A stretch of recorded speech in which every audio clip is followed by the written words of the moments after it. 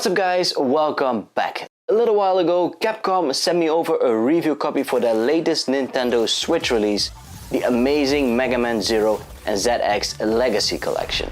Thank you very much. I grew up with the NES and one of my childhood favorite games was the original Mega Man game. Fantastic game, the Blue Bomber became a thing instantly. And when the Virtual Console became a thing on the Nintendo Wii, I made sure to buy up all of the Mega Man games that were on the platform because I'm just a huge fan of those series.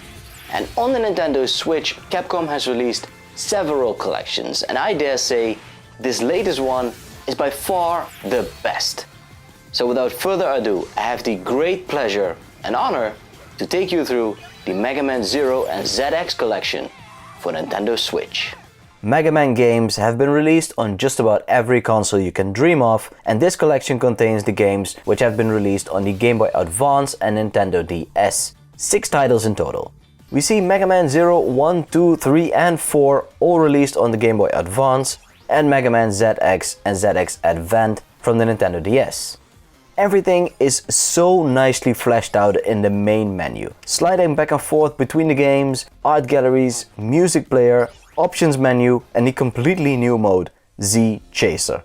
And what about the background music? That's just awesome!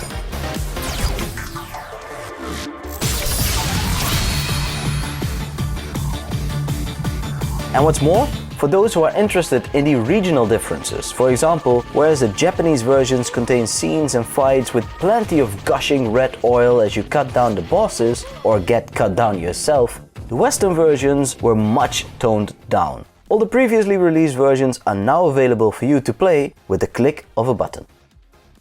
Mega Man games have always been known for their insanely difficult platforming, pushing the players to their limits, and with the Zero series they have definitely kept up the tradition. In essence, the 4 Zero games build upon what has been established in Mega Man X games. There's a return of the staple handgun or cannon, you can slash away with the Z-Saber, and you can wall jump, kick, dash and jump just as you can expect from a mature Mega Man game. Depending on which game you play out of this collection, there's a whole Cyber Elf system effectively giving you all sorts of boosts and upgrades. There are various weapon effects and upgrades, and once you defeat the bosses, you collect their powers, some of which are absolutely amazing, like Buckfire the Gazeleroid and Rosepark the Fluoroid, both pseudoroids from Mega Man ZX Advent, my personal favorite title in the series. On top of all this, elemental weaknesses make their debut in the series, as well as elemental chips used to upgrade your body parts.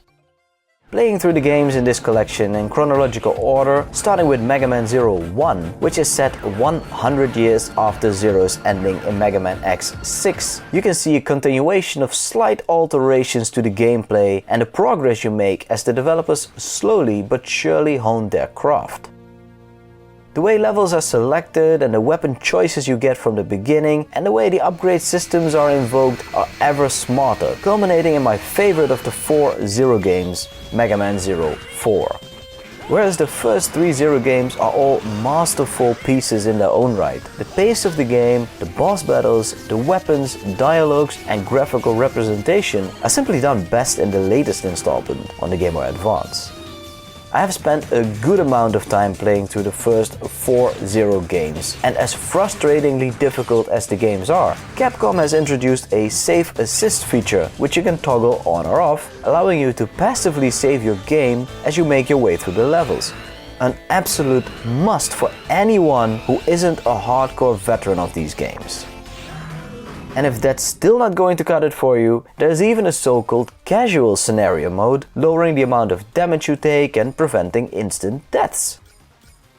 But where the original Zero collection ends, Capcom took a completely different spin on this series with the ZX and ZX Advent games, set 200 years or so after the conclusion of the aforementioned titles. Typically, the first thing Mega Man games are known for is their platforming. And with these 2 games, the story has been given so much emphasis, as well as the overworld exploration, that they truly stand out from the traditional format.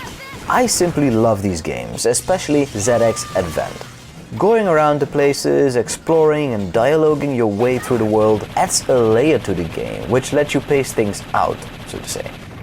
It can be a bit puzzling though as how to progress, but rest be assured you will find your way.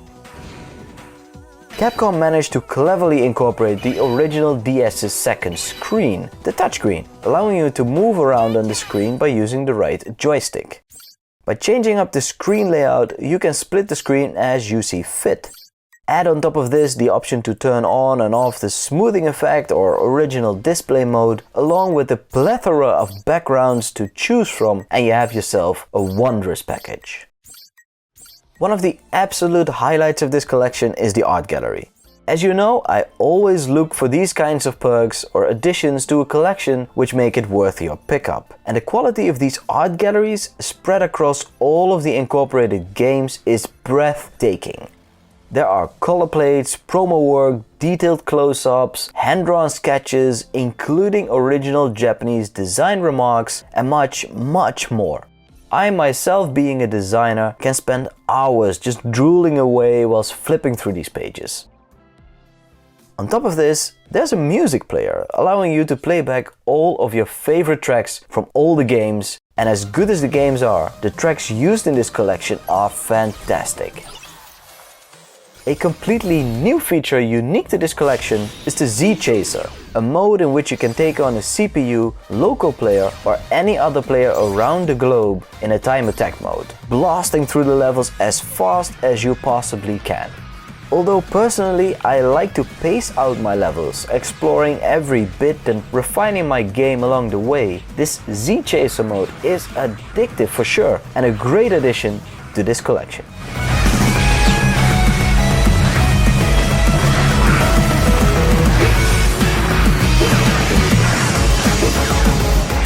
The Mega Man Zero and ZX Legacy Collection is the latest and greatest release by Capcom on Nintendo Switch. And it's nothing but sheer magic from start to finish.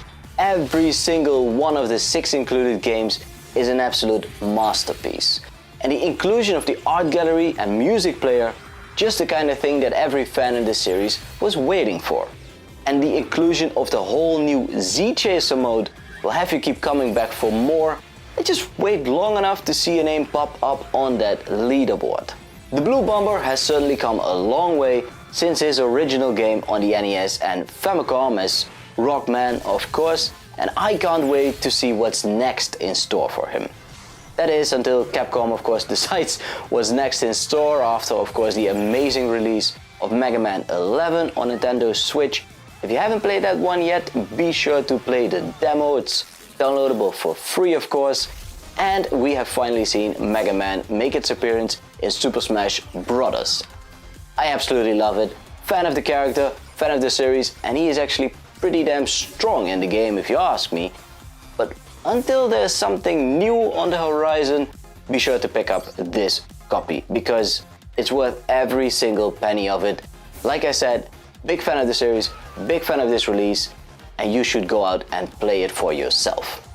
And with that, guys, I am signing off, probably heading back into the game to get some more run on that Z-Chaser. Be sure to hit the like button if you have enjoyed this review. Subscribe to the channel if you're new here. Stay safe, and I will see you next time.